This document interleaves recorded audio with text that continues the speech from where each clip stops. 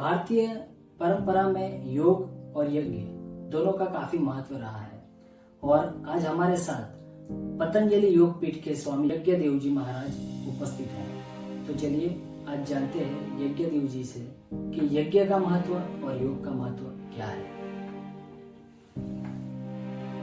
जैसा भ्राता जी ने बताया, अपना नाम चिंतन और अपने चैनल के ऊपर भी विशेष रूप से इसी प्रकार का हम सबको चिंतन हमेशा देने वाले आदरणीय भ्राता जी का मैं पहले धन्यवाद करना चाहता हूँ।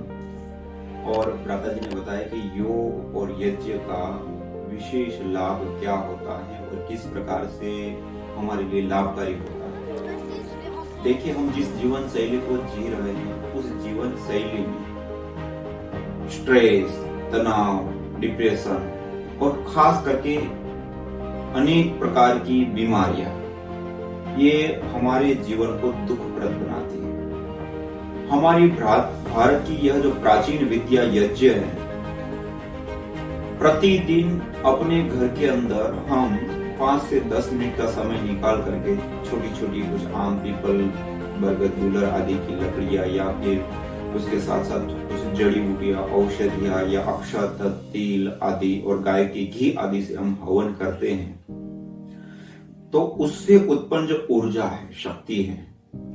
अग्नि को वैसे लाइव देवता कहा गया, साक्षात देवता है। अग्नि वै देवानां मुख, अग्नि समस्त देवी देवताओं का मुख है। और अग्नि में दी हुई आहुति अत्यंत सूक्ष्म रूपांतरित होकर के वायु रूप में आती। कोई भी द्रव्य जब जलता है तो 3 रूपों में कन्वर्ट होता है, गैस फॉर्म में, पार्टिकल्स के रूप में और ऊर्जा, एनर्जी, शक्ति के रूप में। और ये जो रूपांतरित होता है तो वो वायु को प्राप्त होता है और उसके माध्यम से अनेक प्रकार के लाभ सिद्ध होते हैं। उसमें पतंजलि योग पीठ में परम श्रद्धेय योग ऋषि स्वामी रामदेव जी महाराज, परम श्रद्धेय आचार्य बालकृष्ण जी महाराज के मार्गदर्शन निर्देशन में कई साइंटिस्टों के साथ मिलकर के जो कार्य हुए और उसके जो परिणाम आए, आपको जानकर के आश्चर्य होगा। यदि हम अपने जिस घर के अंदर रहते हैं उस घर में 5-7 मिनट का यज्ञ, पूजा, देव यज्ञ यदि हम करते हैं तो उसके कारण से उत्पन्न ऊर्जा हमारे घर को पवित्र करती है, शुद्ध करती है, सात्विकता बढ़ाती है। साइंटिफिक रूप से हम देखें तो आपने पिछला कोरोना काल देखा होगा। कोरोना काल में हर जगह भारी मात्रा में लोग प्रभावित हुए, कई लोगों की जान चली गई, कई लोग विशेष रूप से बीमार भी हुए और लाखों करोड़ रुपए का खर्च हुआ, मेडिकल खर्च। जबकि हमारी भारतीय परंपरा में ये यज्ञ की एक ऐसी परंपरा है जो communicable disease, bacteria, virus, fungus जनित जो बीमारी होती है, और यदि वर्ल्ड वाइड हम देखें तो 1 वर्ष के अंदर 2.25 करोड़ लोगों की मौत होती है। 2.25 करोड़, केवल माइक्रोबायोलॉजिकल पॉल्यूशन की मैं बात कर रहा हूं। और वो 2.25 करोड़ लोगों की जो मौत होती है वो भी तब जो हजारों करोड़ रुपए की दवाइयां खाने के बाद। और आपको जानकर के आश्चर्य होगा, आयुर्वेद के अंदर कुछ विशेष औषधियों का वर्णन है। पतंजलि की कफेष्टि हवन सामग्री आती है। उस कफेष्टि हवन सामग्री के अंदर उस जड़ी बूटियों का सम्मिश्रण होता है। उस कफेष्टि से हवन और हवन के बाद धूपन करने पर उत्पन्न जो धूम्र है उसको हमने केमिस्ट्री लैब की एक एडवांस टेक्नोलॉजी होती है, gas chromatography mass spectroscopy, GC-MS, उसके अंदर जब हमने एनालाइज करके देखा तो उसके अंदर भारी मात्रा में माइक्रोबायल एक्टिविटी देने वाले कंपोनेंट्स पाए गए। उसके बाद हमने माइक्रोबायोलॉजी लैब में जो सरफेस बैक्टीरिया आदि होते हैं, वायु में रहने वाले बैक्टीरिया, वायरस आदि होते हैं, वो हमारे पेट में रहने वाले बैक्टीरिया, वायरस, या हमारे जो गुप्तांगों आदि में जो अलग अलग रोग पैदा करते हैं, ब्लैक फंगल इन्फेक्शन से लेकर के अलग अलग, उनसे लेकर के टीबी के बैक्टीरिया जो सबसे हेवी माने जाते हैं, वहां से लेकर के कोरोना और ब्लैक फंगस तक के बैक्टीरिया, वायरस, फंगस के ऊपर हमने क्रमबद्ध कार्य किया 2.5 साल। और आज जो रिजल्ट हमें प्राप्त हुए, आपको जानकर के आश्चर्य होगा। 10 मिनट का यज्ञ से उत्पन्न धूम्र 5 मिनट से जो उसका जो धूम्र होता है उसको जो माइक्रोबायोलॉजी लैब में हमें परीक्षण किया तो उसकी पेटियां होती है, उसके अंदर वो स्मोक को भर करके उसके अंदर ये सारी चीजें रखी जाती है और उसका परीक्षण किया जाता है। एक बार मात्र के यज्ञ से 90 से 100% तक हम इस बैक्टीरिया, वायरस, फंगस को पूरी तरह से किल कर सकते हैं। और एक बार मान लो कि इस कमरे के अंदर, किसी एक कमरे के अंदर हमने एक बार यज्ञ किया, उसके उपरांत वो वर्तमान में तो है वो गए, लेकिन अब हम रेगुलर चालू कर दिए उसका यूज करना, तो सामान्य अवस्था में जो बैक्टीरिया, वायरस, फंगस का ग्रो होता है वो वहां पर बहुत लंबे समय के बाद होना शुरू होता है और 1 महीने तक प्रभाव रहता है एक बार मात्र किए गए यज्ञ का। आप देखिए हमारी भारतीय परंपरा में यज्ञ करना, हवन करना, गाय के गोबर का उपला आदि जला करके उसमें 1 चम्मच घी, गुगुल या गुड़ से युक्त चावल आदि डाल करके धुनी करने की परंपरा रही है। सामान्य रूप से हमें एक पूजा पद्धति या अलग देखने को मिलता है, लेकिन आज हमने जब परीक्षण किया तो उसके अंदर बहुत सारे सुगंधित एरोमेटिक्स ऑयल्स होते हैं।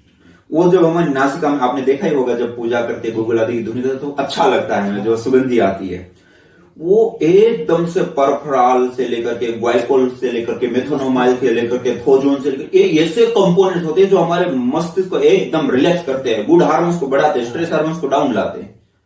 तो एक प्रकार का स्ट्रेस मैनेजमेंट की सबसे बड़ी औषधि थी हमारी पूजा।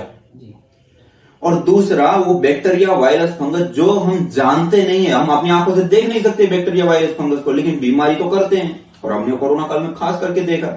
तो ऐसी बीमारियों से पहले से ही पूरे परिवार को बचा ले, ये बहुत बड़ी चीज है। और दूसरा स्ट्रेस, तनाव, डिप्रेशन दुनिया की सबसे बड़ी बीमारी है और उससे सहज रूप से निजात पाने की साइंटिफिक विद्या हमारी भारतीय पूजा पद्धति है। गाय का घी हम खास करके प्रयोग करते हैं। गाय के घी के अंदर सैचुरेटेड फैटी एसिड होता है, उसके जलने पर कीटोन्स बनते हैं, कीटोन्स के टूटने पर कार्बन की अपेक्षा 6 गुना ज्यादा ऑक्सीजन रिलीज होती है, कई सारे प्रकार के एरोमेटिक्स ऑयल्स जनरेट होते हैं, औषधियां भी साथ में गिरती होती है हवन में। तो उससे कई सारे प्रकार के मेडिसिनल कंपोनेंट हमने आइडेंटिफाई किया है कि यज्ञ करने से 50 से भी ज्यादा मेडिसिनल, एक्टिव और अवेलेबल फॉर्म में मेडिसिनल कंपोनेंट जनरेट होते हैं। और देखिए मैं सब बहुत महत्वपूर्ण बात रहा हूं, हम मनुष्य जिस जीवन को जीते हैं, इस जीवन को सुचारू रूप से आगे बढ़ाने के लिए हमें एनर्जी, ऊर्जा, शक्ति चाहिए। इस शक्ति को प्राप्त करने के लिए हम क्या करते हैं? आहार लेते हैं। आहार लेते हैं, उससे ऊर्जा मिलती है। वो आहार कितने रूपों में लेते हैं? 3 रूपों में, ठोस, द्रव और गैस फॉर्म में। धरती पर 3 रूप में द्रव्य पाया जाता है, इन तीनों ही रूप में हम लेते हैं और इन तीनों ही रूपों में छोड़ते भी हैं। अब ये जो 3 रूप में हम आहार लेते हैं उसमें सबसे ज्यादा कौन सा लेते हैं? सामान्य रूप से लोग कहते हैं रोटी, चावल आदि। दिन में कितनी बार? 24 घंटे में 2 बार लेते हैं, 3 बार लेते हैं। लेकिन उसी 24 घंटे के अंदर द्रव रूप आहार कितना लेते हैं? 10 बार, 15 बार, पानी, दूध, जूस आदि। और उसी 24 घंटे में वायु कितनी बार लेते हैं? 24 घंटा, एनी टाइम। खाते, पीते, उठते, बैठते, चलते फिरते, यहां तक कि रात को सो गए तब भी निरंतर हम ले रहे होते हैं। मानी हमारा आहार सबसे अधिक कोई है तो क्या है? वायु। हमारा ही नहीं, पेड़ पौधे, वनस्पति, प्राणी, सबके लिए वायु एक बहुत बड़ा आहार है अन्य आहारों की अपेक्षा। अब बड़ा तो है, बड़ा के साथ अब इंपॉर्टेंट आहार देखिए, महत्वपूर्ण आहार। हम रोटी, दाल, चावल आदि ठोस रूप आहार लेना छोड़ दे तब भी 2-3 महीना जीवित हम रह सकते हैं। हम द्रव रूप आहार, पानी, दूध, जूस आदि लेना छोड़ दे तब भी 2-3 सप्ताह हम रह सकते हैं। लेकिन गैस रूप आहार, वायु लेना छोड़ दे तो 2 मिनट भी जीवन चला पाना मुश्किल हो जाता है। मानी सबसे ज्यादा भी और सबसे इंपॉर्टेंट भी, जिसके बिना 1 मिनट भी हमारा जीवन नहीं चल सकता, ऐसा इंपॉर्टेंट हमारा कोई आहार है तो क्या है? वायु। और उस वायु के अंदर हम जब यज्ञ करते हैं उससे उसमें प्राण शक्ति का संचार होता है, जीवनी शक्ति का संचार होती है। वो वायु सुगंधित होती है, मेडिकेटेड होता है, उसका शोधन होता है, उसके अंदर हानिकारक जो भी बैक्टीरिया, वायरस, फंगस या हानिकारक गैसें, SOx, NOx, CFC आदि, वो भी न्यूट्रलाइज होते हैं और वायु एकदम से प्राण शक्ति से युक्त, मेडिसिनल कंपोनेंट से युक्त, सुगंधित बन जाती है। और उस वायु को जब हम लेते हैं, आपने सुना होगा, जैसी होगी हमारी वायु ऐसी होगी हमारी आयु। इसलिए स्वच्छ, अच्छी वायु के अंदर हम रहेंगे तो हमारी आयु भी अच्छी होगी और स्वस्थ होगी। आज देखिए बड़े बड़े शहरों में बड़ा पोल्यूशन आदि होता है, तो कितनी रिपोर्टें आती है कि भाई अस्थमा, दमा से लेकर के कैंसर जैसे, और यहाँ तक कि ब्लड के अंदर लेड की मात्रा तक पाई जाती है पेट्रोल वाले धुआं में अधिक मात्रा में रहने से। तो जैसे दूषित वायु में रहते हैं और बीमारियां पैदा होती हैं, ऐसे शुद्ध वायु में रहने से बीमारियां दूर होती हैं। इसलिए मानव जीवन के लिए यज्ञ एक वरदान है, ये हमारी वास्तविक पूजा है। यज्ञ अग्नि लाइव देवता है, उस अग्नि में आहुति दे करके हमें जरूर यज्ञ करना चाहिए और अपने जीवन का कल्याण करना चाहिए। स्वामी जी, हमारे दर्शकों को ये बताइए कि अगर रोजिंदा जो जीवन शैली है उसमें अगर किसी व्यक्ति को कोई बीमारी है, स्ट्रेस वगैरह है कि एंजाइटी है, डिप्रेशन से पीड़ित है, तो यज्ञ कैसे करना चाहिए उसे अपने घर पे? अगर वो करना चाहता है कि मुझे भी यज्ञ करना है तो कैसे करना चाहिए, ये बताइए। देखिए, आपने बहुत ही अच्छा प्रश्न पूछा कि यज्ञ हम घर में करें और नहीं करें तो कैसे। आप सामान्य रूप से किसी को यज्ञ करने के लिए कहे तो तुरंत मन में आता है कि पंडित, ब्राह्मण, पुजारी चाहिए, पहली चीज। दूसरा, इतनी लंबी लिस्ट होती है कि इतना सारा सामान लाओ, बहुत सारा खर्च होता है। अब वो सब लाने के बाद अब परिवार के बहुत सारे जनों को बुलाना है, बहुत सारा टाइम लगता है।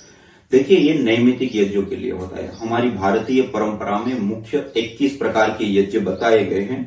21 प्रकार के यज्ञों को 3 कैटेगरी में बांधा गया, नित्य, नैमित्तिक और काम्य। नित्य मानी जो प्रतिदिन करने योग्य है, महर्षि मनु प्रोक्त पंच महायज्ञ, ब्रह्म यज्ञ, देव यज्ञ, अतिथि यज्ञ, बलिवेश्वर देव यज्ञ, पितृयज्ञ आदि। इसी प्रकार नैमित्तिक यज्ञ जो शादी विवाह आदि जो 16 संस्कारों में हम करते, भूमि पूजन करते, नया घर बनाते, उसमें रहने जाते तो वास्तु हवन आदि करते, वो सारे नैमित्तिक यज्ञ होते हैं। और कुछ काम्य यज्ञ होते हैं जो किसी कामना विशेष से प्रवृत्त होकर के, श्री कामो जैसे धन विशेष की कामना है तो यज्ञ करो। पुत्र कामो यज्ञ जो विशेष पुत्र संतान आदि की प्राप्ति के लिए, यज्ञ आपने सुना होगा रामायण आदि, हम प्रभु श्री राम का जन्म महर्षि श्रृंग के पौरोहित्य में राजा ने पुत्र कामेष्टि यज्ञ कराए और उसके प्रतिफल में प्रभु श्री राम का जन्म हुआ। तो इस प्रकार से ये सारे काम्य, और ऐसी आरोग्य के लिए जो चिकित्सा के लिए यज्ञ करते हैं, ये एक काम्य यज्ञ होता है कि मेरी ये बीमारी ठीक हो जाए उसके लिए यज्ञ करें। तो ये सब काम्य, तो ये 3 प्रकार की कैटेगरी में। और उसमें जो पहला बताया, उसमें जो दूसरा बताया देव यज्ञ, ये यज्ञ एक कर्तव्य कर्म के रूप में बताया कि हम इस धरती पर रहते हैं, 5 तत्वों का प्रयोग करते हैं, अग्नि, वायु, जल, पृथ्वी, आकाश, ये 5 तत्वों का प्रयोग लेते हैं तो वो अशुद्ध होते हैं, तो उसको वापस शुद्ध करना ये हमारा कर्तव्य है। हवन के अंदर जो हम द्रव्य डालते हैं उससे उत्पन्न ऊर्जा इन 5 तत्वों का शोधन करती है, पोषण करती है, संवर्धन करती है, तो उस ऋण से हम उऋण होते, प्रकृति का संतुलन बना रहता है, इसलिए हमारा कर्तव्य कर्म है। जरा मरि सत्रम यद अग्निहोत्रम जरया हुआ मुच्यते मृत्यु न हुआ, और कहा कि ये मृत्यु पर्यंत हमें करना ही करना चाहिए। और इसको करने के लिए हमें बहुत सारी वस्तु नहीं चाहिए, केवल 3 चीजें चाहिए। 1 पीपल, बरगद, गुलर, पलास, समी, मदार, अपामार्ग या गाय की गोबर की स्टिक या उपले, जो भी, इसमें से कोई भी एक लकड़ी छोटी छोटी थोड़ी सी मात्रा में। दूसरा, सामग्री हमें चाहिए। सामग्री में आप यदि ट्रीटमेंट के लिए करना चाहते तो अलग अलग रोगों के लिए अलग अलग वातेष्टि, वातज रोगों, जैसे घुटनों में दर्द है, कमर में दर्द है, सर्वाइकल स्पॉन्डिलाइटिस आदि होता है तो वातेष्टि हवन सामग्री आती है। इसी प्रकार से हार्ट की संबंधित प्रॉब्लम है तो हृदयष्टि हवन सामग्री आती है। चर्म रोग है तो चर्मेष्टि हवन सामग्री। प्राण ऊर्जा, इम्यूनिटी पावर को स्ट्रॉन्ग करना है तो उसके लिए प्राणेष्टि हवन सामग्री आती है। मस्तिष्क संबंधित रोग होता है, जैसे आपने एंजाइटी आदि सारा बताया, तो उसके लिए मेदेष्टि हवन सामग्री आती है। निसंतानता, बंध्यत्व, धातुओं का पोषण नहीं हो रहा है तो उसके लिए संततिष्टि हवन सामग्री आती है। कफ संबंधित प्रॉब्लम है, साइनस आदि की प्रॉब्लम है, एलर्जी आदि है तो उसके लिए कफेष्टि हवन सामग्री आती है। तो ऐसे अलग अलग रोगों के लिए 11 प्रकार की एविडेंस बेस्ड पतंजलि के स्टोरों पर सामग्री मिलती है, ऑर्डर मी ऐप के ऊपर भी मिलती है, तो उसको लें। यदि हमें नॉर्मल रूप से हवन करना है तो उसमें से हम प्राणेष्टि, प्राण शक्ति, इम्यूनिटी पावर को स्ट्रॉन्ग करने के लिए, मेधेष्टि जो हमारे मस्तिष्क तंत्र, हमारे पूरे शरीर को चलाने वाला सबसे महत्वपूर्ण तंत्र, तो वो 2 सामग्री को लेकर के हम कर सकते हैं। इसके अलावा आस्था पूजा हवन सामग्री या दिव्य हवन सामग्री करके जो विशेष जड़ी बूटियां होती हैं उसका सम्मिश्रण से पतंजलि में आती है तो उसको हम ले सकते हैं। या अपने घर पे चावल तो होते ही है, बिना टूटे चावल जिसको अक्षत कहते हैं, उसको ले लिया, ब्राउन राइस ले लिया, तिल ले लिया, थोड़ी मात्रा में उसमें जौ भी मिला सकते हैं, गिलोय आदि जो जड़ी बूटियां होती है आसपास में मिल जाती है तो वो भी आप अपने हाथ से उसमें कर सकते हो। और कुछ भी नहीं तो चावल तो है, चावल अपने आप में सर्वांगीण, काले तिल ले लिया, वो सर्वांगीण औषधि है अपने आप में। और 30 ये सामग्री का हो गया, इसमें से कोई भी थोड़ी सी मतलब 50 ग्राम हमें चाहिए। और तीसरा हमें गाय का घी चाहिए, देसी गाय का घी, शुद्ध घी हो, 25-30 ग्राम 50 ग्राम, जो भी अपनी सामर्थ्य के अनुसार आप थोड़ी या ज्यादा मात्रा में आप हो। ये 3 चीजें और थोड़ी थोड़ी कुल मिला करके 50 रुपए के आसपास का खर्च होता है। और यज्ञ करने के लिए यज्ञदर्शन.com एक वेबसाइट बनाई है कि लोग जो जानना चाहते हैं, सीखना चाहते हैं, ट्रीटमेंट यज्ञ भी कैसे किया जाता है, शास्त्रों में क्या बताया है, या अब करना नहीं चाहते पहली बार ही कर रहे हैं, तो वहां पर हमने वीडियोस भी बना करके दिया कि आपको 7 मिनट में करना, तो ये वीडियो एक बार चला करके देखिए, उसके अनुसार तैयारी करके बैठ जाए और उसको चला करके साथ में कीजिए। 12 मिनट में कर सकते हैं, 15 मिनट में कर सकते हैं, 20 मिनट में कर सकते हैं, आधा घंटे में। तो वो सारे वीडियोस हमने वहां पर बना करके दिया है, यज्ञ प्रशिक्षण प्लेलिस्ट करके। तो आप उसमें से कोई एक वीडियो चला करके एक बार देख लिया, और वहां पर लिफलेट के रूप में, लिखित रूप में भी मंत्र, वो कोई बहुत अघरे या कठिन शब्द या वो नहीं होते हैं मंत्र, वो सरल होते हैं, हम आसानी से उच्चारण कर सकते हैं। तो शुरुआत में नया कर रहे तो 1-2 बार उस वीडियो को चला दिया और उसके साथ साथ हम कर सकते हैं। और जब हवन हो गया उस 5-10 मिनट लगती है, ज्यादा टाइम भी नहीं लगता। और इसमें आप अकेले भी कर सकते हैं, 2-4 लोग मिलकर के भी कर सकते हैं, अपने परिवार के सारे लोग जो भी उपस्थित हैं वो करते। ऐसा नियम नहीं है कि इतने लोगों को ही बैठना है, ऐसे ही करना है, वो करना, वो कुछ नहीं। अपने घर में छोटा सा हवन कुंड लीजिए, कोई भी छोटा पात्र, और कुछ नहीं है तो थाली तो होती है, थाली के अंदर थोड़ा सा कंकड़ रेत आदि धो करके नीचे थोड़ा बिछा दिया जिससे वो थाली खराब ना हो, और उसके ऊपर अपनी समिधा लगा करके और उसको अच्छे से उसमें सारी चीजें बताई, मंत्र पाठ पूर्वक अग्नि प्रदीप किया और कुछ आहुतियां दे करके जब अग्नि शांत हो जाती है तो गुग्गुल आदि औषधियों को अंगारों के ऊपर रख करके उसकी हल्की धुनी कर दिया, उसको चारों ओर घर में फैलने दिया, उसमें बैठो, उसमें प्राणायाम करो। ये सारी क्रिया करने से हम एकदम से स्ट्रेस फ्री लाइफ के साथ साथ, आपको एक विशेष बात बताता हूं, आज तक मॉडर्न मेडिकल साइंस में हमारे न्यूरोकेमिकल यदि अनबैलेंस हो जाते हैं तो सोने की दवाई दी जाती है जी। उसके लिए हमारे पास सटीक समाधान नहीं है। और ये जो मैं बता रहा हूं 10 मिनट की प्रोसेस, 15 मिनट की प्रोसेस पर डे सुबह शाम दोहराने से 3 महीने के अंदर न्यूरोकेमिकल बैलेंस में आ जाते हैं। ये बहुत बड़ी चीज है। और न्यूरो प्रोटेक्टिव कंपोनेंट्स होते हैं, हमारी जो तंत्रिका तंत्र होता है उसको पुनर्जीवित करने का काम करते हैं। डिजर्नेट हुए सेल को रिजर्नेट करना, ये कॉन्सेप्ट आज तक एलोपैथिक में नहीं है, और हमने यज्ञ चिकित्सा से देखा है कि डिजर्नेट हुए सेल वापस रिजर्नेट होते हैं। और उसमें भी ये यज्ञ किया और उसके बाद उसमें योगाभ्यास किया। ये दोनों ही शक्तियों का जब जोड़ मेल होता है तो हमने ये भी देखा, जो किडनी फेल हो गई, जो लिवर फेल हो गया, अब डॉक्टर कहते हैं कि ट्रांसप्लांट के अलावा कोई उपाय नहीं है, जो फेंकने योग्य हो गया वो भी वापस कपालभाति और अनुलोम विलोम लंबी मात्रा में उस प्राणवायु के अंदर अभ्यास करने से वापस रिजर्नेट हो जाते हैं। मानी जो काम करना छोड़ दिए वो वापस कार्य करने लग जाते हैं। तो ये अपने आप में बहुत बड़ी चीज है। तो योग और यज्ञ जीवन शैली लिखाई जाए, और ये सरल है, आसान है और आराम से हम कर सकते हैं। तो जिस तरह यज्ञदेव जी महाराज ने हमें बताया कि यज्ञ करने से क्या क्या लाभ होते हैं, शरीर में अगर कोई बीमारी है या घर में पॉजिटिविटी लानी हो तो यज्ञ जरूर करना चाहिए। वेबसाइट भी है यज्ञदर्शन.com, जिस पर आप जाके इसके ज्यादा माहिती भी आप यहाँ वहां से आप प्राप्त कर सकते हैं। हम डिस्क्रिप्शन में इसकी यूट्यूब लिंक भी आपको भेजेंगे जिससे आपको ज्यादा जानकारी मिले। तो धन्यवाद स्वामी जी, हमारे चैनल में और हमारे दर्शकों को यज्ञ के बारे में और योग के बारे में जो आपने जानकारी दी।